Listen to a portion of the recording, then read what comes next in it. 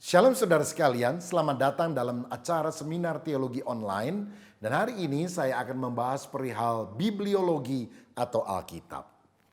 Kita tahu Alkitab adalah firman Allah. Tetapi mengapa kita mengatakan Alkitab ini adalah firman Allah? Benarkah itu? Bukankah sebelum Alkitab ditulis, sudah banyak buku-buku lain yang telah ditulis? Tapi mengapa mereka tidak dianggap sebagai firman Allah, sedangkan ini dianggap sebagai firman Allah? Nah, saya akan menjelaskan ada 5 bukti yang alkitabiah tapi juga ilmiah yang akan meyakinkan kita bahwa Alkitab adalah benar-benar firman Allah. Karena semua kebenaran perihal Tuhan dan rencananya di dalam kehidupan manusia, itu kan kita ketahui dari Alkitab.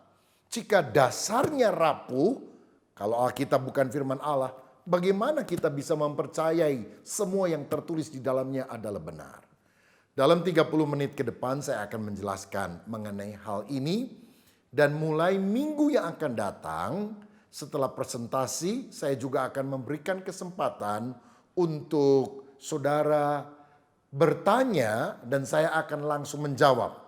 Tapi untuk minggu ini, saudara hanya bertanya saja. Ada Slido di mana saudara bisa ketikkan pertanyaan dan saya akan mulai jawab pada minggu yang akan datang. Minggu yang akan datang saya akan melanjutkan dengan menjelaskan benarkah Alkitab ini diilhamkan oleh Allah? Apa makna pengilhaman? Bagaimana buku-buku yang tersebar dan banyak itu bisa dikumpulkan menjadi 39 perjanjian lama dan 27 buku perjanjian baru yang disebut sebagai proses kanonisasi. Sedangkan buku-buku lain yang tidak dianggap sebagai firman Allah dianggap sebagai apokrifa. Apokrifa itu apa saja? Apa isinya? Mengapa apokrifa tidak dianggap sebagai firman Allah? Kita juga akan belajar nanti pada sesi kesekian, karena kesemuanya ada 4 sesi tentang bibliologi ini. Mengapa seringkali ada ayat-ayat yang tampaknya berbeda, bahkan bertentangan satu dengan yang lain? Benarkah Alkitab itu tidak bisa salah? Nah, banyak hal-hal menarik yang akan kita bahas. Karena itu jangan sia-siakan kesempatan ini. Mari kita belajar bersama dan beritahukan kepada teman-teman yang lain setiap hari Kamis jam 7 malam di YouTube Rubin Adi Abraham TV. Kita bisa belajar seminar teologi online secara cuma-cuma. Sebelum saya masuk kepada materi, ada satu permintaan. Kalau boleh saudara subscribe Rubin Adi Abraham TV dan like. Dan juga saudara bisa share sehingga bahan ini bisa memberkati orang-orang yang lain. Karena ini kan sesuatu yang agak jarang dibahas dalam khotbah minggu. Dan kiranya orang-orang yang lain, teman-teman kita juga makin bertumbuh di dalam Tuhan. Tuhan Yesus memberkati. Pada kesempatan kali ini kita akan banyak belajar mengenai Alkitab sebagai firman Tuhan. Tentu saja kita tahu bahwa Alkitab adalah fondasi iman percaya orang Kristen. Namun seringkali ada banyak pertanyaan yang muncul seputar Alkitab. Misalnya saja, apa bukti bahwa Alkitab adalah benar firman Allah? Kemudian bagaimana cara Allah mengilhamkan Alkitab ini? Lalu kita mungkin bertanya, dari sekian banyak tulisan yang didapatkan pada abad-abad awal, mengapa hanya ada 66 kitab saja yang kita akui sebagai Alkitab kita? Kemudian apakah mungkin Alkitab mengandung kesalahan? Pertanyaan-pertanyaan ini mungkin membingungkan, tetapi jangan khawatir karena hambanya, Pendeta Dr. Rubin Adi Abraham akan menjelaskan kepada kita dalam 4 series ke depan. Namun pada kesempatan ini beliau akan menjelaskan apakah bukti bahwa Alkitab adalah sungguh firman Allah. Kita percaya bahwa penjelasan ini bukan hanya akan menolong saudara, tetapi akan membuat saudara lebih yakin dan lebih mencintai Alkitab. Selamat mendengarkan. Bibliologi atau doktrin tentang Alkitab. Kita tahu bahwa umat Kristen percaya bahwa Alkitab adalah firman Allah yang menjadi dasar bagi iman kita bagi nilai-nilai moral kita dan menuntun perilaku kita. Dari mana kita yakin bahwa sorga itu ada? Dari mana kita yakin bahwa Yesus itu satu-satunya juru selamat? Dari mana kita tahu bahwa moralitas yang harus kita pegang adalah seperti yang kita tahu sekarang? Semuanya bersumber dari Alkitab. Alkitab adalah basic foundation, dasar bagi iman, bagi nilai moral, dan bagi perilaku kita. Pertanyaannya, mengapa buku Alkitab ini yang kita percaya? Bukankah pada masa Alkitab ditulis ada buku-buku yang lain? Kenapa kok Alkitab yang kita pegang? Dan apakah alasannya cukup solid kita percaya bahwa Alkitab itu adalah firman Allah? Ini sangat penting sekali. Karena kalau dasar kepercayaan mengenai Alkitab itu goyah, maka seluruh bangunan di atasnya, yaitu soal iman, soal nilai moral, dan soal perilaku kita juga akan goyah semuanya. Dalam Mazmur 11 ayat 3 firman Allah berkata demikian, apabila dasar-dasar dihancurkan, apakah yang dapat dibuat oleh orang benar itu? Jadi kalau dasarnya ambruk, Alkitab tidak bisa dipercaya, Alkitab mengandung banyak kesalahan, maka apa yang bisa dibuat oleh orang benar? Sehingga doktrin tentang Alkitab ini sangat penting untuk kita pahami. Nah sekarang saya akan masuk yang pertama, apakah buktinya bahwa Alkitab itu adalah firman Allah? Ada 5 bukti paling tidak. Yang pertama, kita percaya Alkitab adalah firman Allah karena Alkitab menegaskan dirinya adalah firman Allah. Ada lebih dari 3.800 kali perkataan Allah berfirman di dalam perjanjian lama. Demikianlah firman Allah, itu sering kali kita temukan di dalam ayat-ayat Alkitab. Tidak ada buku secanggih apapun pada zaman modern ini yang berani berkata demikianlah firman Allah, kecuali Alkitab. Lalu para penulis perjanjian baru mengakui bahwa tulisan mereka diilhamkan oleh Allah setara dengan perjanjian lama. Kalau perjanjian lama memuat begitu banyak perkataan Allah berfirman, di dalam perjanjian baru kita juga melihat para penulis mengakui mereka juga menerima ilham dari Tuhan, seperti nabi-nabi dalam perjanjian lama. Lagi pula Yesus menyaksikan bahwa Alkitab adalah ilham Allah yang berotoritas. Dan kalau Yesus sudah sampaikan, karena kita yakin dia adalah Tuhan dan Juru Selamat, maka semestinya perdebatan apakah Alkitab firman atau bukan dihentikan. Karena Yesus berkata demikian dan tentu secara iman kita juga harus mengakuinya. Yang kedua, mengapa kita yakin Alkitab adalah firman Allah? Karena kesatuan Alkitab. Saudara sekalian, Alkitab terdiri dari 66 kitab, 39 perjanjian lama, 27 perjanjian baru. Ditulis lebih kurang oleh 40 orang penulis yang berbeda-beda. Penulisnya ada raja, ada nelayan, ada gembala, ada dokter. Pokoknya orang yang berbeda, pendidikan berbeda, latar belakang berbeda, dan ditulis dalam kurun waktu yang cukup panjang, 16 abad, 1600 tahun. Tapi ternyata memiliki kesatuan yang luar biasa. Misalnya, kesatuan doktrin yang tidak saling bertentangan.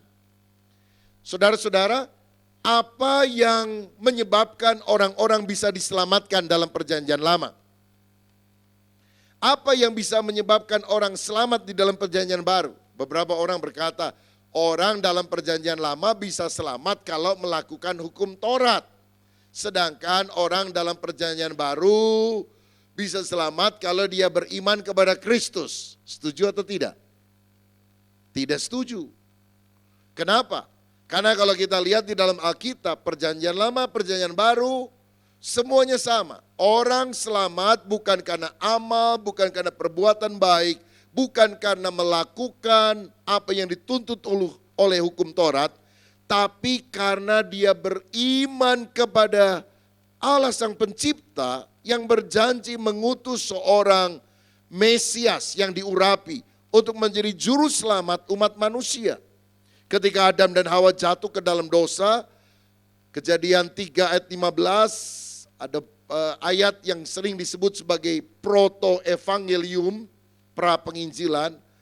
Tuhan menjanjikan dari keturunan wanita ini akan lahir seorang yang akan meremukkan kepala ular, artinya menghancurkan pekerjaan iblis. Tapi ular itu akan memagut tumitnya, memberikan kesengsaraan luar biasa kepada sang Mesias yang dijanjikan, yang akan menolong manusia dari dosanya. Jadi orang di dalam perjanjian lama dibenarkan karena iman kepada Allah yang telah berkata akan datang seorang juru selamat. Bagaimana caranya Abraham dibenarkan oleh Allah? Alkitab berkata, maka Abraham percaya kepada Allah dan Allah memperhitungkannya sebagai kebenaran. Jadi Abraham bukan berbuat amal banyak lalu kemudian diselamatkan, tapi dia beriman kepada Tuhan yang berjanji memberikan Mesias dan Tuhan menganggap itu sebagai kebenaran. Jadi kalau misalnya porosnya di sini adalah salib, maka Adam, Abraham, Daud adalah orang yang selamat karena melihat ke depan. Ke depan dalam arti melihat janji Tuhan pada masa yang akan datang Mesias Juru Selamat. Namanya mereka belum tahu, di mana dia dilahirkan belum tahu, tapi percaya akan janji itu. Nabi-nabi kemudian mendapatkan pewahyuan bertahap. Misalnya ada nabi yang berkata, dia akan dilahirkan oleh seorang anak dara atau perawan. Yesaya bilang itu. Kemudian nabi yang lain berkata dia akan dilahirkan di kota Bethlehem. Nabi yang lain berkata dia akan masuk Yerusalem naik keledai. Daud mengucapkan kalimat yang akan disampaikan Yesus di atas kayu salib. Eli, Eli lama sabachthani. Allahku, Allahku, mengapa engkau meninggalkan aku? Nah, nubuatan-nubuatan itu kemudian mengerucut pada seorang pribadi yang menggenapi semua nubuatan itu, namanya adalah Yesus. Nah, orang-orang sebelum masa Yesus datang melihat ke depan kepada janji bahwa Mesias akan datang. Orang-orang yang hidup sejaman dengan Yesus, Petrus, Yohanes, Yakobus, dan sebagainya, melihat kekinian. Kristus adalah Mesias yang dijanjikan. Dan kalau mereka percaya, mereka selamat. Kita bagaimana yang hidup setelah zaman Yesus, 2000 tahun kemudian.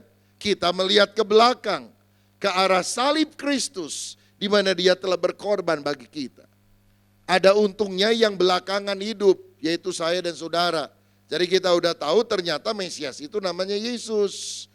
Ternyata dia disalibkan di Golgota. Ternyata ya ada banyak hal yang kemudian kita tahu belakang hari karena pewahyuan itu bertahap. Tuhan menyatakan kebenarannya sedikit demi sedikit. Seperti yang dikatakan oleh Alkitab, jalan orang benar seperti terang mulia. Dia bertambah-tambah sampai terang yang sempurna. Itu pewahyuan bertahap. Oh, kita makin ngerti. Tapi kan satu benang merah bahwa keselamatan bukan karena perbuatan baik, keselamatan karena iman kepada Mesias yang namanya adalah Yesus. Amin. Nah, kemudian kita melihat konsep moral yang sama. Kalau di dalam perjanjian lama membunuh itu dosa, di dalam perjanjian baru membunuh juga dosa. Satu konsep moral yang sama. Lalu satu pusat, Yesus Kristus sang Mesias. Ini benang merah yang menghubungkan antara Kejadian sampai Wahyu. Perjanjian lama bicara tentang Mesias akan datang. Belum datang pada waktu itu. Tapi perjanjian baru berkata Mesias sudah datang. Namanya adalah Yesus Kristus. Lalu ada satu jalan keselamatan yang Tuhan berikan, yaitu melalui pribadi Yesus. Alkitab berkata Yohanes 14 ayat yang ke-6. Akulah jalan, kebenaran, dan hidup. Tidak seorang pun sampai kepada Bapa kecuali melalui aku, kata Yesus. Jadi, apakah ada jalan keselamatan yang banyak? Banyak jalan menuju Roma? Tidak. Banyak jalan menuju Roma, ya. Tapi hanya satu jalan menuju sorga. Itulah melalui Putra Tunggal Allah, Yesus Kristus. Saudara-saudara, ada sebagian orang berpikir bahwa ada jalan lain menuju keselamatan. Kalau kita banyak berbuat amal, kalau kita baik, maka mungkin kita bisa selamat. Jika demikian ada dua jalan keselamatan, Yesus dan kebaikan. Tentu kita tidak menerima hal itu. Ada yang lain berkata, ada jalan lain, yaitu hukum Taurat. Kalau kita melakukan hukum Taurat, kita bisa selamat. Maka kemungkinan ada 3 jalan keselamatan dong kalau begitu. Yesus, perbuatan baik, hukum Taurat. Ada yang bilang lain. Roma 2 bicara tentang hukum hati nurani. Orang yang tidak pernah mendengarkan Injil, ketika dia mengikuti hukum hati nurani yang ditaruh oleh Tuhan, lalu dia mengerjakan apa yang dituntut oleh hukum Taurat, maka dia kemungkinan bisa selamat katanya. Jika demikian ada 4 kemungkinan jalan keselamatan, termasuk hati nurani. Pada Roma 2 mencatat bahwa hati nurani itu tidak pernah membawa kita pada keselamatan. Hati nurani menyebabkan kita melakukan apa yang dituntut hukum Taurat. Tapi Galatia berkata tidak ada orang yang dibenarkan oleh karena melakukan hukum Taurat. Hukum Tauratnya aja tidak bisa membawa keselamatan, apalagi hati nurani yang tidak mengarah pada keselamatan loh saudara, mengarahnya pada hukum Taurat. Ada orang lain berkata, tapi Tuhan itu kan gak mungkin menghukum suku bangsa di pedalaman yang gak pernah mendengar Injil, karena dia kan gak anti Yesus, dia cuma gak tahu. Kalau gak tahu ya dimaafin. Kalau gitu ada kemungkinan jalan keselamatan kelima, karena ketidaktahuan. Mending tidak tahu, ya, karena kalau tidak tahu jadi selamat kalau begitu.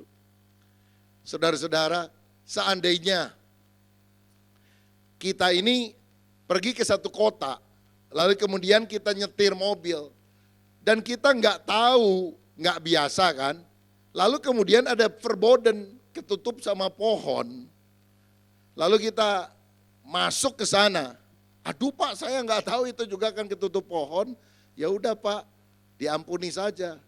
Bisa tetap ditilang nggak saudara sekalian? Ya tetap. Karena tetap hukumnya demikian. Ya. Kecuali yang nggak boleh nih pakai damai-damai begitu ya. Tapi Indonesia negara yang penuh damai saudara sekalian. Memang udah damai begitu. Tapi tetap salah saudara-saudara. Jadi tidak mungkin ada berbagai jalan keselamatan yang dipikirkan oleh rasio manusia. Alkitab sudah berkata, akulah jalan, kebenaran, dan hidup. Kalau ada jalan lain yang olehnya manusia bisa diselamatkan, Yesus tidak perlu mati di kayu salib. Kenapa Yesus mati di kayu salib? Tidak ada jalan lain selain daripada Yesus. Nah ini yang dicatat di dalam Alkitab yang merupakan kesatuan. Yang ketiga, apa bukti Alkitab adalah firman Allah? Nilai kebenarannya teruji tepat dari segi sains, ilmu pengetahuan, dari segi sejarah, dan juga dari segi nubuat. Saya jelaskan satu persatu. Alkitab kita yakini adalah firman Allah karena nilai kebenarannya yang teruji tepat. Dalam bidang ilmu pengetahuan misalnya. Dikatakan Yesaya 40 ayat 22, Allah bertahta di atas bulatan bumi. Dulu orang berpikir bumi itu datar. Buktinya kalau orang naik kapal lama-lama makin kecil-kecil hilang. Kenapa? Karena dia udah sampai ke ujung bumi jatuh dia ke bawah. Tapi Alkitab kemudian bilang bumi itu bulat. Allah bertahta di atas bulatan bumi. Walaupun sekarang ini ada lagi teori mau balikan ke yang lama. Bumi datar. Saudara tinggal di bumi datar atau bumi bulat? Tapi buat saya kalau Alkitab sudah ngomong ya udah saya percaya saja. Bumi itu bulat, bukan bumi itu datar. Bumi digantungkan di dalam kehampaan, Ayub 26 ayat yang ke-7. Dulu orang berpikir, gimana mungkin ini bumi yang begitu besar, apalagi ada banyak bangunan-bangunan dan sebagainya. Pasti kan perlu tiang penopang. Bikin bangunan seperti ini saja, beberapa lantai kan perlu pilar-pilar yang kuat, masa bumi nggak ada pilarnya. Jadi orang dulu menggambarkan bumi itu datar tapi ada tiang-tiang penopang yang menopangnya. Ternyata setelah dilihat dari luar angkasa nggak ada tiang penopangnya, saudara sekalian. Tapi ini sudah dinyatakan dalam Alkitab, bumi digantung di kehampaan. Nggak ada tiang penopangnya. Ayub itu nggak pernah keluar angkasa. Tapi dia waktu menulis pasti diilhamkan oleh Tuhan. Sehingga dia ngerti apa yang terjadi dengan dunia ini. Kalau begitu bumi itu siapa yang menopangnya? Kitab Roma berkata, Allah menopang dengan firman-Nya.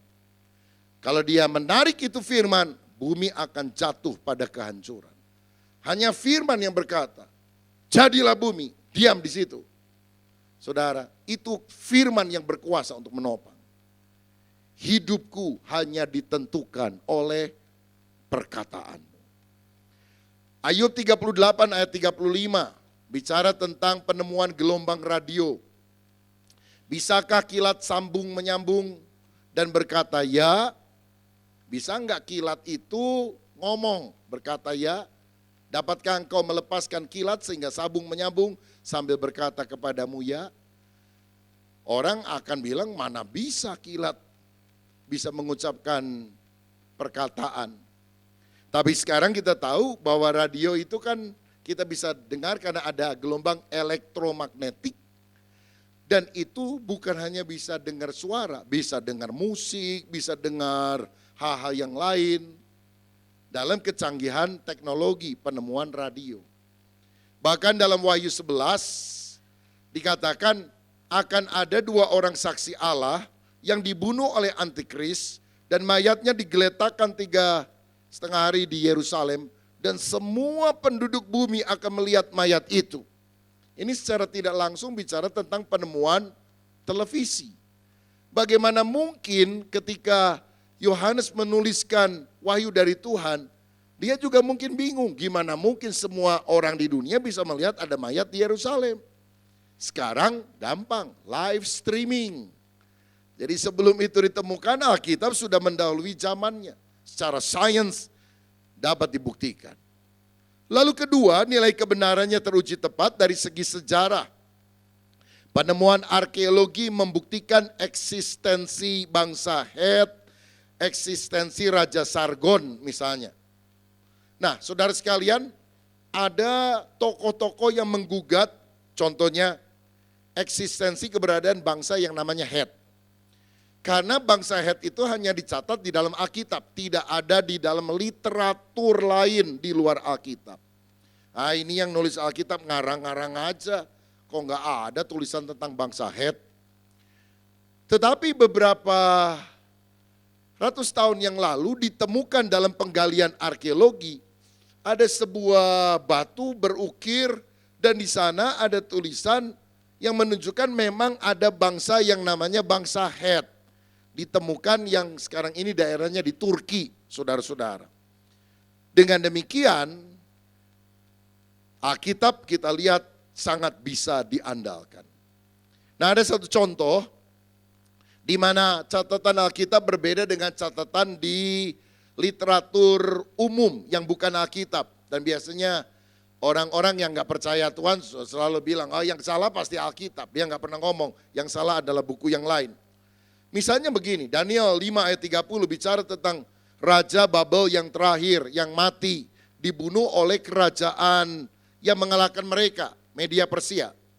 Ya, Babilonia itu kalau sekarang Irak, musuhnya adalah Media Persia, kalau sekarang Iran. Irak pernah dikalahkan oleh Iran dan dijajah, diduduki. Nama raja terakhir di dalam Daniel 5 ayat 30 adalah Belsasar. Ya. Pada malam itu juga terbunuhlah Belsasar, raja orang Kasdim itu, Daniel 5 ayat 30.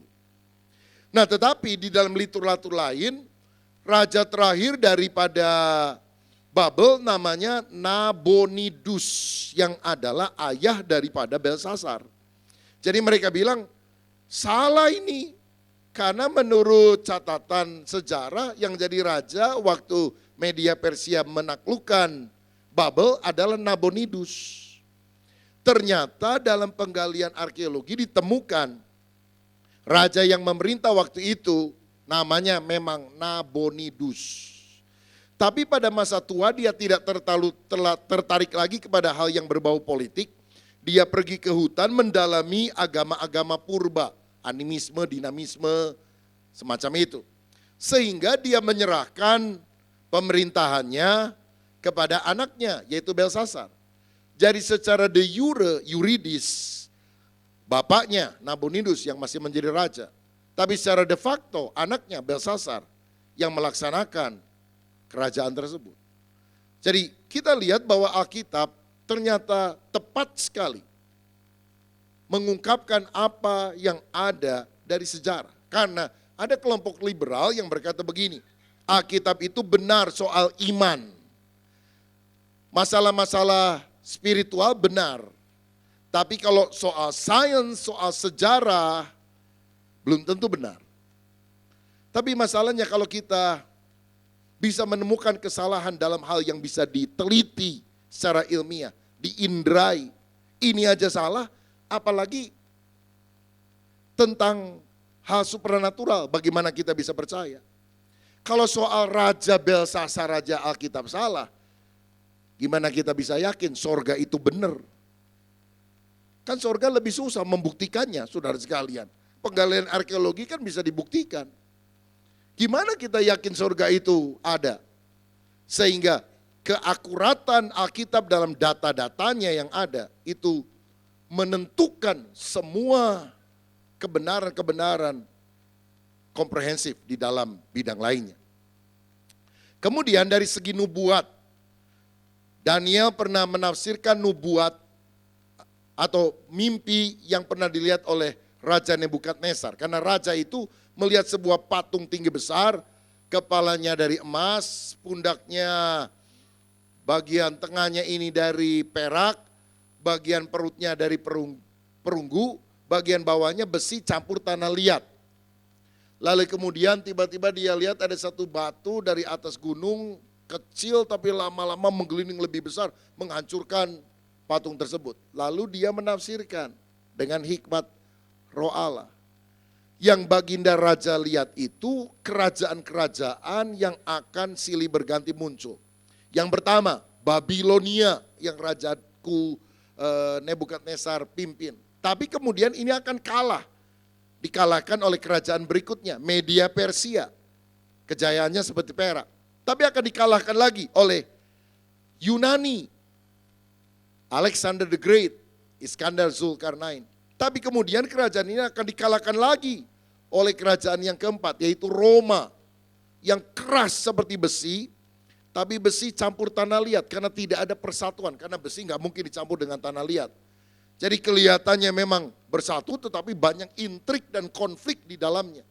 Tapi kemudian akan dihancurkan oleh satu batu besar yang menggelinding dari langit. Dan itulah kerajaan Allah yang akan didirikan di atas muka bumi.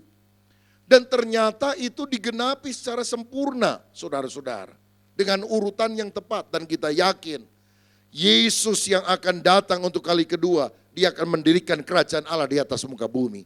Sebagai penggenapan daripada nubuat yang telah disampaikan oleh Alkitab. Yang keempat, kenapa kita percaya bahwa Alkitab adalah firman Allah? Karena bertahan sepanjang masa. Allah yang membela firman-Nya. Alkitab itu dari dulu mau dibuang, dihancurkan, dibakar dan sebagainya, tapi tetap aja ada. Ada 10 kaisar yang bergantian mau menghancurkan kekristenan. Saya pernah ke Colosseum di Roma, tempat arena gladiator itu. Karena di samping Colosseum itu ada sebuah monumen yang ada tulisannya yang berarti disinilah berakhirnya kekristenan. Didirikan oleh Kaisar Diokletian yang membantai umat-umat Kristen dan membuang seluruh Alkitab, membakarnya. Tapi ternyata setelah Diokletian mati, Maka ternyata saya bisa foto di situ, saudara sekalian. Dan saya orang Kristen. Jadi di monumen berakhirnya kekristenan ada orang yang difoto di situ. Kaisarnya mati, tapi orang yang percaya kepada Kristus tetap ada. Bertahan sepanjang masa. Alkitab adalah buku yang paling banyak dicetak dan selalu up to date sepanjang masa. Baru saja kita mendengarkan penjelasan dari hambanya Pendeta Dr. Rubin Adi Abraham, beberapa bukti yang mengatakan bahwa Alkitab adalah sungguh firman Allah. Kita percaya Alkitab adalah firman Allah karena itulah yang dikatakan oleh Alkitab sendiri. Yesus juga mengatakan hal yang sama. Selain itu kita melihat bagaimana ada pengajaran yang berkesinambungan yang sama walaupun ditulis oleh kira-kira 40 penulis dalam 16 abad, tetapi Alkitab memiliki satu pengajaran yang mengajarkan bahwa keselamatan hanya diterima dari Yesus Kristus. Kemudian kita juga mengetahui nilai kebenaran yang sudah teruji berabad-abad. Selain itu, Alkitab tetap bertahan. Berapapun banyak orang yang coba menghancurkannya, Alkitab tetap bisa bertahan melewati segalanya. Kemudian kita juga bisa melihat pengaruh Alkitab yang begitu luar biasa dalam kehidupan manusia. Dari bukti-bukti itu kita melihat bahwa Alkitab adalah sungguh firman Allah. Alkitab bukan hanya sekedar tulisan manusia, tetapi Alkitab adalah firman yang dapat mengubahkan setiap dari kita. Mari saya undang saudara untuk sama-sama berdoa sehingga kita lebih lagi memahami Tuhan melalui firman-Nya. Bapa, kami mengucap syukur untuk setiap firman yang telah Engkau berikan lewat Alkitab-Mu Tuhan. Kami percaya setiap firman ini adalah cukup untuk menuntun kami mengenal dan menyenangkan Engkau. Ajarkan kami untuk terus mencintai firman Tuhan dan melakukannya dalam kehidupan kami sehari-hari, sehingga kami sungguh-sungguh menjadi umat-Mu yang menyenangkan Engkau. Terima kasih Bapa, kami mengucap syukur hanya di dalam nama Tuhan Yesus Kristus kami telah berdoa. Haleluya. Amin. Saya Jessica undur diri, sampai jumpa. Tuhan Yesus memberkati. Hai guys, apakah kalian punya impian untuk menjadi seorang guru, dosen, gembala, atau PNS? Wujudkan semua mimpimu bersama STT Karisma. Ayo, buruan daftar sekarang dan dapatkan subsidi biaya kuliah untuk pendaftaran sebelum 30 Juni 2020. Daftar sekarang juga di www.sttkarisma.ac.id. Untuk info lebih lanjut, hubungi nomor berikut.